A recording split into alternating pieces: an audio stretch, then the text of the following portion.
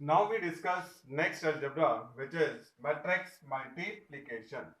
अब matrix multiplication is the next algebra, and it is relatively some typical और typical और यहाँ पर tough. तो अब जरा देखें, इसमें जब हम लोग मल्टीप्लिकेशन के लिए जाते हैं तो दो कंडीशंस आपके पास होती है. पहला, when multiplication is possible, number one. Number two, how multiplication can be done. तो यानी कि दो स्टेप्स हैं. एक तो कि पहला आप चेक करेंगे मल्टीप्लिकेशन कब पॉसिबल है, दूसरा आप यहाँ पर फाइंड आउट करेंगे कि मल्टीप्लिकेशन कैसा होएगा. तो दो स्टेप्स हैं जिसमें से पहला हम लोग यहाँ पर पॉसिबिलिटीज को डिस्कस कर रहे हैं. और वो किस तरह से, जरा देखें. Let A is equal to Aij m into n, यानी कि एक मैट्रिक्स A है जिसका ऑर्डर क्या है, m into n. B is equal to Bij, order is P into Q, are two matrices, then matrix multiplication A into B. तो सबसे पहले हम डिस्कस कर रहे हैं A into B के लिए. is possible if, हमने क्या किया नीचे जरा ध्यान दें. पहला लिखा A का order which is m into n equal to का sign, then we write order of B P into Q, और मिडिल के दो नंबर इक्वल होने चाहिए. यानी कि क्या, आप देखो इनबॉक्स किया हमने, n किसके इक्वल होना चाहिए, p के इक्वल होना चाहिए, that is n equal to p. तो अगर मल्टीप्लिकेशन a इंटू बी आपको चेक करना है, इट इज पॉसिबल और नॉट, तो आपने क्या करना है, पहले a का ऑर्डर लिखना है, बीच में इक्वल टू, फिर b का ऑर्डर लिखना है. जो दो नंबर मिडिल में आ रहे हैं वो कैसे होने चाहिए, इक्वल, तब तो मल्टीप्लिकेशन पॉसिबल है, अदरवाइज नॉट पॉसिबल. अगर ये इक्वल हो गए, जैसे यहां पर n is equal to p, then order of matrix A into B is m into q. तो जो नया मैट्रिक्स आएगा मल्टीप्लिकेशन के बाद उसका ऑर्डर होगा m into q, यानी कि रिमेनिंग डिजिट. तो इसका मतलब है a into b अगर आप कर रहे हैं तो a के कॉलम्स का नंबर और b के रोज का नंबर इक्वल होना चाहिए, otherwise multiplication ab is not possible. After that matrix multiplication b into a is possible. अगर मैं b into a करना चाहता हूं तो same, first we write order of b and then we write order of यहां पर a. After that we check these two number are equal और not. If q is equal to m, then multiplication is possible and order of b into a is again remaining numbers p and n, तो यानी कि p cross n. तो इसका मतलब है जब आपको b और a का मल्टीप्लिकेशन करना है तो ए बी के कॉलम्स का नंबर और ए के रोज का नंबर इक्वल होना चाहिए. तो ये आपके पास पहला यहाँ पर कि किस तरह से पॉसिबिलिटी चेक होगी. अब हाउ टू मल्टीप्लाई, कैसा मल्टीप्लाई करना है, तो इसके लिए मैं 9 एग्जांपल्स डिस्कस कर रहा हूं और इसके बाद ये क्लियर होना चाहिए. तो डेफिनेटली जैसा मैंने कहा रिलेटिवली थोड़ा सा टफ है, तो आपने जरा पूरा कंसंट्रेशन करना है कि हाउ वी मल्टीप्लाई. तो हम 9 एग्जांपल्स के साथ इसको डिस्कस करेंगे और इसके साथ ही ये फिर आपको क्लियर हो जाएगा कि मल्टीप्लिकेशन किस तरह से जाना है. तो ये तो था पहला हमारे पास condition when multiplication is possible.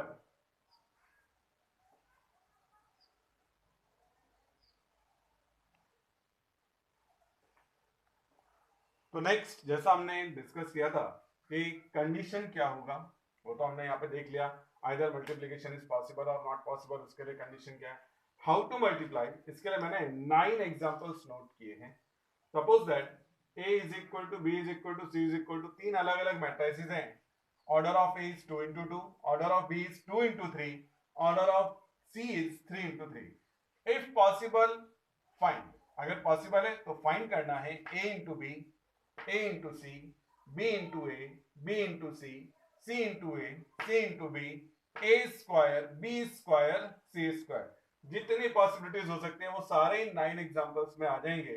तो अगर ये क्लियर हो जाता है तो दैट मीन्स हमें मल्टीप्लिकेशन ठीक से समझ में आ गया. तो अब पहला फॉर a इंटू बी, तो फॉर a इंटू बी हमने पहला a का ऑर्डर नोट किया which is 2 into 2, then we write order of b which is 2 into 3. बीच में कौन सा साइन मार्क करते हैं, इक्वल टू. तो yes we have 2 equal to 2, तो 2 इक्वल टू 2, तो that means a into b is possible. तो इसका मतलब ये a इंटू बी तो पॉसिबल होगा. एंड इट्स ऑर्डर, जो मल्टीप्लिकेशन करके आएगा उसका ऑर्डर होगा, जो रिमेनिंग नंबर है इधर 2 और इधर 3, तो इट मींस 2 into 3. तो पहले हमने क्या चेक किया, पॉसिबिलिटी. तो बीच के दो नंबर्स इक्वल आ रहे हैं, यस इक्वल है, तो that means multiplication is possible.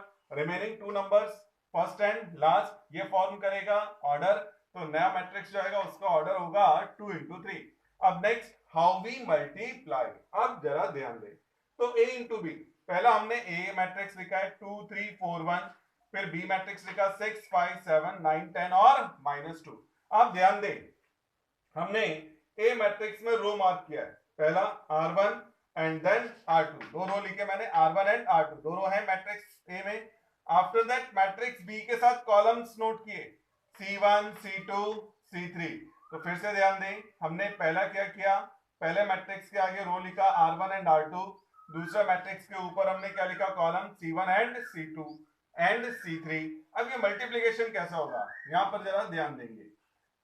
आपके पास आ रहा है r1 एंड r2, ये आ रहा है पहले मैट्रिक्स से, कॉलम 1 कॉलम 2 कॉलम 3 ये आ रहा है हमारे पास दूसरे मैट्रिक्स से। अब ये हमने इस तरह से मार्किंग किया। अब करना क्या है, इसको अगर मैं एक्सटेंड करूं तो ये हमारे पास एक्सटेंड किया, इधर ये एक्सटेंड किया, इधर इसको एक्सटेंड किया, फिर इस रो को भी एक्सटेंड करें, एरो जो मार्क किया था ये हमारे पास आ गया, यहां पर आ गया। अब आप देख सकते हैं ये इस तरह से हमारे पास एक्सटेंड हुआ। R1 पहले किसके साथ इंटरसेक्ट कर रहा है, C1 के साथ, तो पहला क्या आएगा R1 C1, फिर R1 इंटरसेक्ट कर रहा है C2 के साथ, तो R1 C2, फिर R1 इंटरसेक्ट कर रहा है C3 के साथ, तो R1 C3। सिमिलरली अगर आप देखें तो हमारे पास नेक्स्ट R2 इंटरसेक्ट कर रहा है C1 के साथ, तो R2 C1 होगा यहाँ पर, फिर R2 इंटरसेक्ट कर रहा है C2 के साथ, तो R2 C2 होएगा, R2 इंटरसेक्ट कर रहा है C3 के साथ, तो R2 C3 आएगा। तो आप देख सकते हैं हमने जब नेक्स्ट मल्टीप्लिकेशन लिखा है तो पहला क्या लिखा R1 C1, फिर क्या नोट किया R1 C2, फिर क्या नोट किया R1 C3, यानी कि ये इस तरह से C1 C2 C3 के साथ इंटरसेक्ट कर गया। सेम R2 के साथ जब स्टार्ट किया तो R2 इंटरसेक्ट करेगा C1 C2 C3 के साथ, तो क्या लिखा हमने R2 C1 R2 C2 and then R3 C3। तो सबसे इंपॉर्टेंट स्टेप है ये आपको यहाँ पर मिल जाना चाहिए, जिसके लिए आप लाइन इंटरसेक्ट करेंगे तो आपको ये समझ में आ जाएगा। अब इसके बाद नेक्स्ट मल्टीप्लिकेशन कैसा होगा, आप चेक करो R1 यानी कि जहां मैंने R1 लिखा उसमें दो नंबर्स हैं और कॉलम में भी कितने नंबर्स हैं, दो नंबर है C1 यानी 6 और 9, तो जितने एलिमेंट रो में होंगे उतने ही एलिमेंट कॉलम में होंगे। Remember the number of elements in row and number of elements in columns always same, तो ये सेम होगा। तो आप करते क्या मल्टीप्लाई में, तो करस्पॉन्डिंग एलिमेंट का मल्टीप्लिकेशन होगा और बीच में प्लस का साइन आएगा। मतलब कैसा, R1 का पहला एलिमेंट क्या है 2, C1 का पहला एलिमेंट क्या है 6, तो मैंने लिखा 2 into 6, फिर प्लस R1 का सेकंड एलिमेंट क्या है 3, C1 का सेकंड एलिमेंट क्या है 9, तो हमने क्या लिखा 3 into 9। तो आपने देखा हमने क्या किया, first multiply two first, second multiply two second. After that R1 C2, वापस ध्यान दें R1 का पहला एलिमेंट 2, C2 का पहला एलिमेंट 5, तो क्या लिखा गया 2 into 5। R1 का सेकंड एलिमेंट 3, C2 का सेकंड एलिमेंट 10, तो हमने लिखा 3 into 10।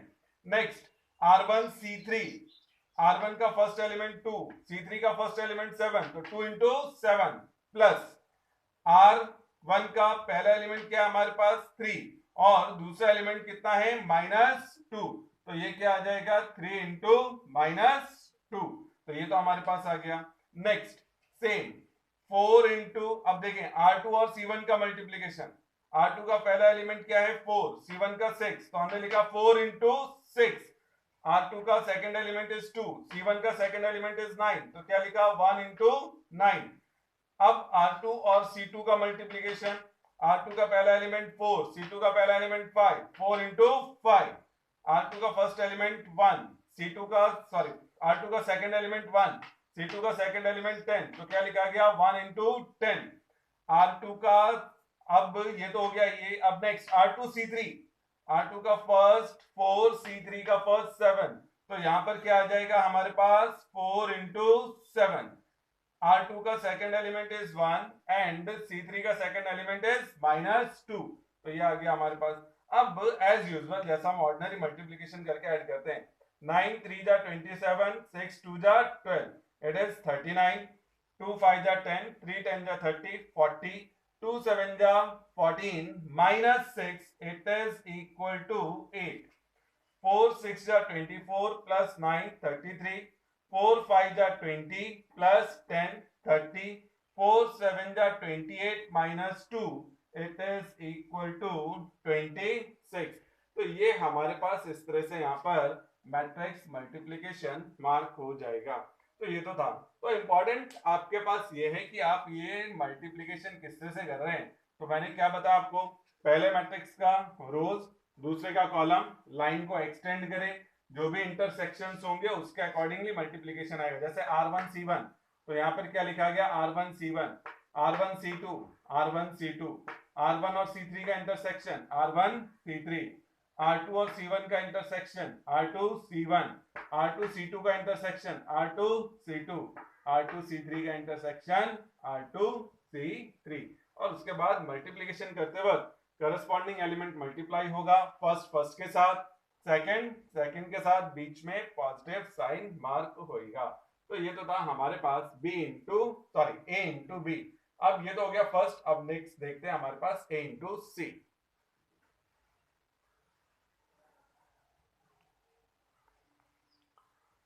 तो फर्स्ट मल्टीप्लिकेशन के बाद second one is A into C. अब अगर आप A इंटू सी लिखना चाहते हैं तो first we write order of A which is 2 into 2, order of C 3 into 3।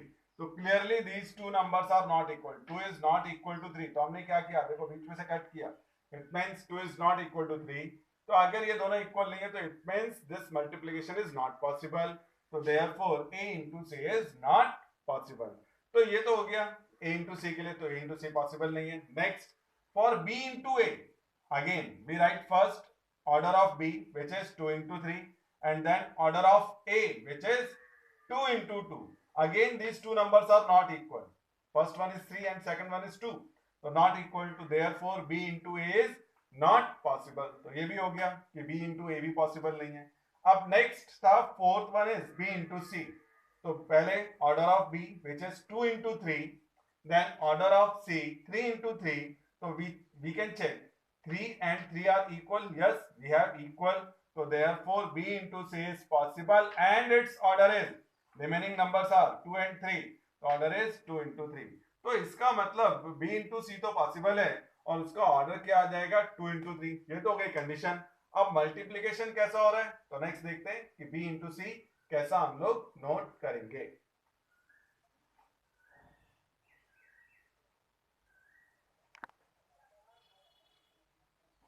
तो अभी तक तो हम लोग देख चुके थे B into C is possible। अब ये मल्टीप्लाई कैसा हो रहा है, अगेन फर्स्ट भी write B and then write C। आप वापस ध्यान दें, B के साथ मैंने लिखा R1 R2, यानी जो पहला मैट्रिक्स है उसके आगे रोज नोट किया। सेकंड मैट्रिक्स के ऊपर मैंने क्या लिखा, C1 C2 C3, यानी फर्स्ट मैट्रिक्स के रो और सेकंड मैट्रिक्स के कॉलम को नोट कर लें। अब एक रफ देखें साइड में। तो अब अगर हम यहाँ पर वापस इसको लाइंस को ड्रॉ करें, R1 के लिए जा रहा है, R2 के लिए आ रहा है, फिर C1 के लिए हमारे पास नोट हो गया एंड देन C2 और आफ्टर दैट इज C3। तो हमको क्लियरली 1 2 3 4 5 6 इंटरसेक्शन पॉइंट मिल रहे हैं।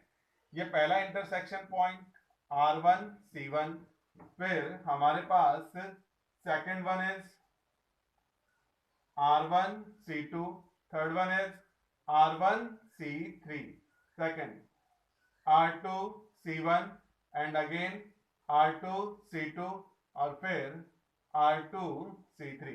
तो आप देख सकते हैं हमने मल्टीप्लिकेशन में क्या लिखा, R1 C1 R1 C2, यानी कि R1 इधर जा रहा है तो पहला मल्टीप्लाई C1 के साथ होगा, फिर C2 के साथ और फिर C3 के साथ। तो ये आ गया R1 C1 R1 C2 R1 C3। फिर R2 जब अंदर आएगा तो पहला C1 के साथ C2 के साथ और C3 के साथ मल्टीप्लाई होगा। तो that means R2 C1 R2 C2 R2 C3। तो ये तो हमने एक रफ लिखा। आफ्टर दैट अब आप देखें R1, यानी फर्स्ट रो में 3 एलिमेंट दिख रहे हैं 6 5 7, C1 में भी 3 एलिमेंट दिख रहे हैं 3 2 और -3। तो एज यूजुअल करस्पॉन्डिंग पोजीशन के एलिमेंट्स को मल्टीप्लाई करेंगे और बीच में क्या आएगा प्लस। तो आप वापस चेक करें R1 C1, R1 का पहला एलिमेंट 6, C1 का पहला एलिमेंट 3, तो हमने लिखा 6 इंटू 3। R1 का सेकंड एलिमेंट 5, C1 का सेकंड एलिमेंट 2, तो हमने लिखा 5 इंटू 2। R1 का थर्ड एलिमेंट 7 और C1 का थर्ड एलिमेंट -3, तो हमने क्या लिखा 7 इंटू -3। ये हो गया R1 C1। अब हम लिख रहे R1 C2, तो R1 का फर्स्ट एलिमेंट 6, C2 का फर्स्ट एलिमेंट 5, 6 इंटू 5। R1 का सेकंड एलिमेंट 5, C2 का सेकंड एलिमेंट 4, R1 का थर्ड एलिमेंट 7, C2 का थर्ड एलिमेंट -1, ये हमारे पास आ गया। सेम R1 C3, तो क्या लिखा 6 इंटू 9 प्लस 5 इंटू 1, 7 इंटू 6, ये तो हो गया first row. Second row R2 C1, again R2 का फर्स्ट एलिमेंट 9, C1 का फर्स्ट एलिमेंट 3, तो हमने लिखा 9 इंटू 3। R2 का सेकंड एलिमेंट 10, और C1 का सेकंड एलिमेंट 2, तो 10 इंटू 2। R2 का थर्ड एलिमेंट -2, C1 का थर्ड एलिमेंट -3, ये हमने नोट किया। R2, अब ये तो हो गया क्या R2 C1।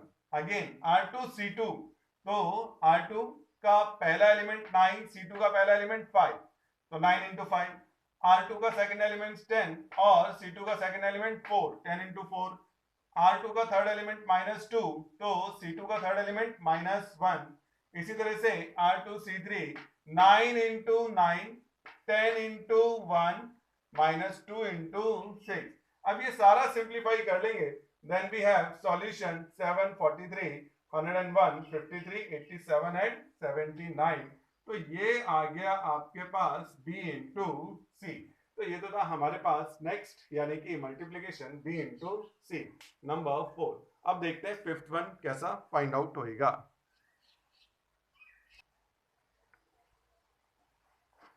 तो next number 5, here we have to find C into A. So first we write order of C, which is 3 into 3, then write order of A 2 into 2।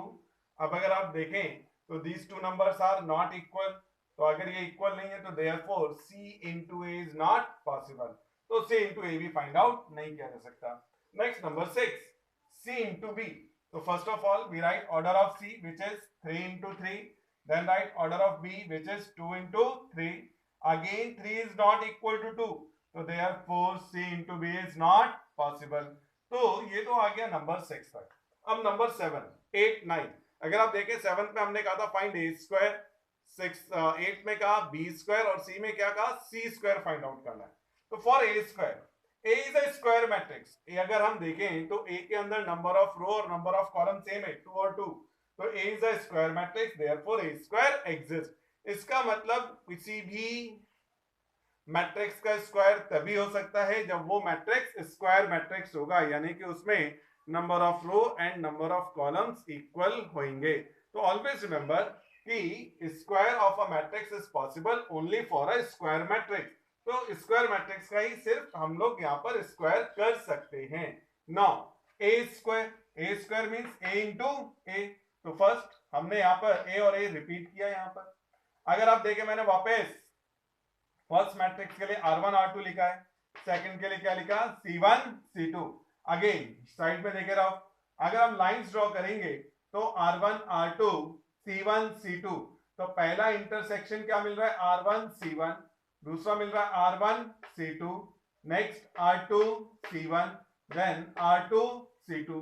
तो इसलिए हमने क्या लिखा R1 C1, R1 C2, R2 C1 और next भी है R1 R2 C2।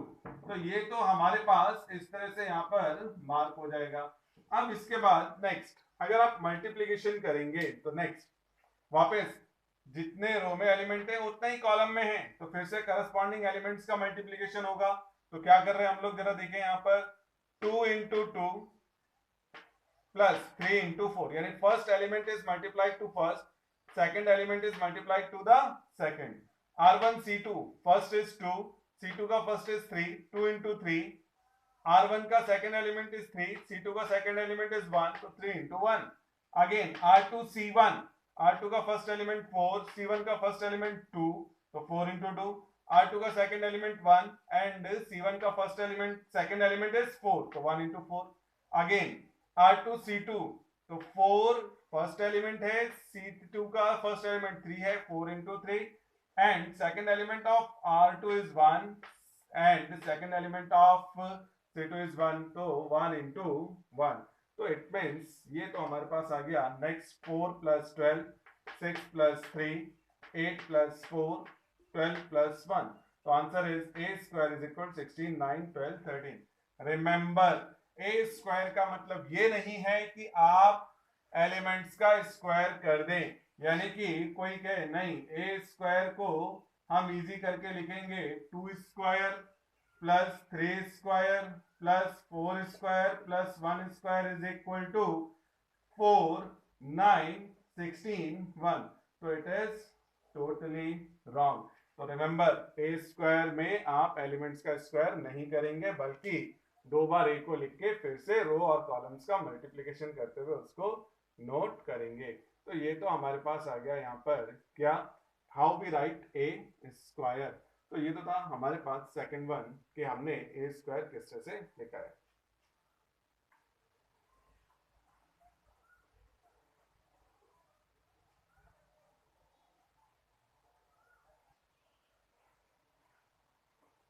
तो next number 8, B square.